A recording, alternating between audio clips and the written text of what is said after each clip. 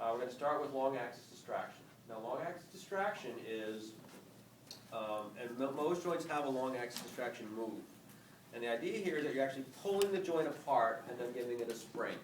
It's thought to be the safest direction to go in, because you're simply separating the joint surfaces.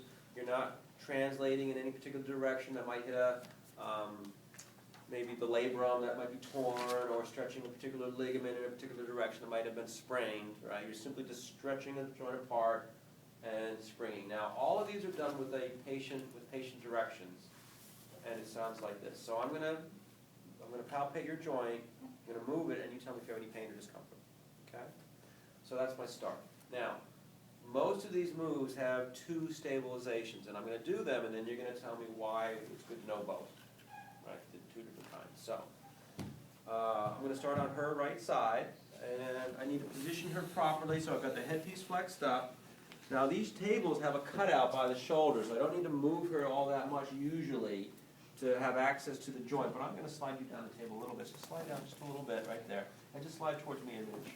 Okay, good. Just wanted a little bit more room. Freedom of movement for her when I did this test. With female patients with this particular move, long axis distraction, we like to have them cross their chest, because my stabilization hand is going to be right in her axilla with a thumb web. So could you put your hand across your chest for me? A little bit lower? Okay, great. Now, subaxilla, I'm going to stabilize underneath my axilla. Intergenu, I'm actually going to stabilize between my knees. So subaxilla first. All right, I'm going to traction your arms. Tell me if you have any pain or discomfort. Yeah? All right, so here's my subaxilla here, and here's my stabilization hand, right, below the humeral head. Here's my contact hand. I'm pinning her scapula on the table. Here's my move. I'm going to pin, distract, pull, pull. Does that bother at all? Good. All right, so it was get my hands in place, lock the scapula on the table, take out the slack, spring, spring. Most either Enfield tests or manipulations have two slacks, skin slack and joint slack. And we'll talk more about skin slack when we do our internal and external rotation. This one doesn't have really much skin slack, but it has a lot of joint slack, right? Because this is a very loose joint in this direction. So we have to pin the scapula, take out the slack, spring, spring. Get to the elastic barrier. The intergenu, I have to do this with some warning. All right, and there's only one way you're allowed to warn the patient, and see if you can figure out which is the better way. I'm going to traction your elbow with my knees.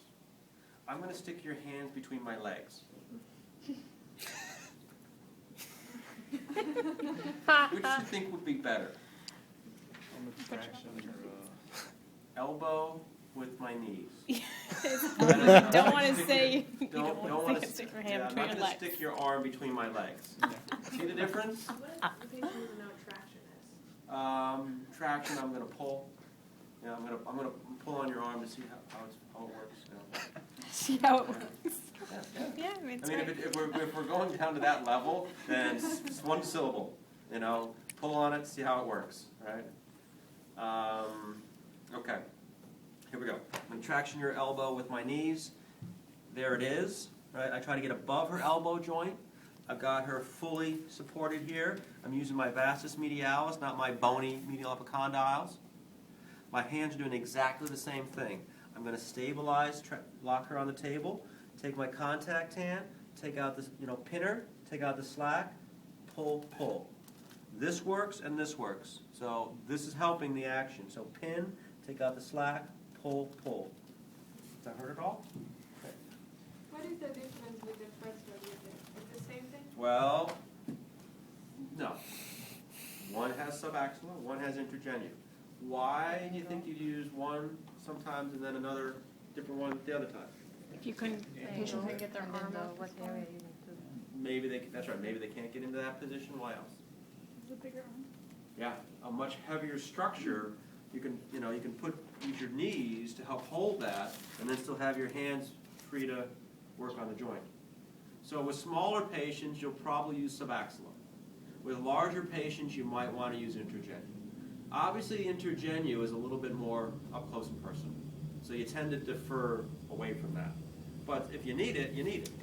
The other thing about these moves is they're also manipulations. So slide over to this side a little bit. All right, I'm gonna traction your arm with my arm here. Tell me if you have any pain or discomfort, okay? So, I've got her pinned. I'm gonna take out the slack, pull, pull. If this was stuck or stiff, pop. Right? Pin it, take out the slack, pop. As quick as I possibly can. Let's say she was a big football player. Imagine she weighs 300 pounds. I'm going to traction your arm pull on your arm with my knees here. Right? So, pin, distract, pop. So now I have the added force I can generate with my legs as well as my arm and my upper body to try to manipulate the joint into long axis distraction. So sometimes it helps to be able to actually get that knee action. You part of your impulse? You are generating force with your legs, not just stabilizing? Okay. Absolutely. Wow. There you see.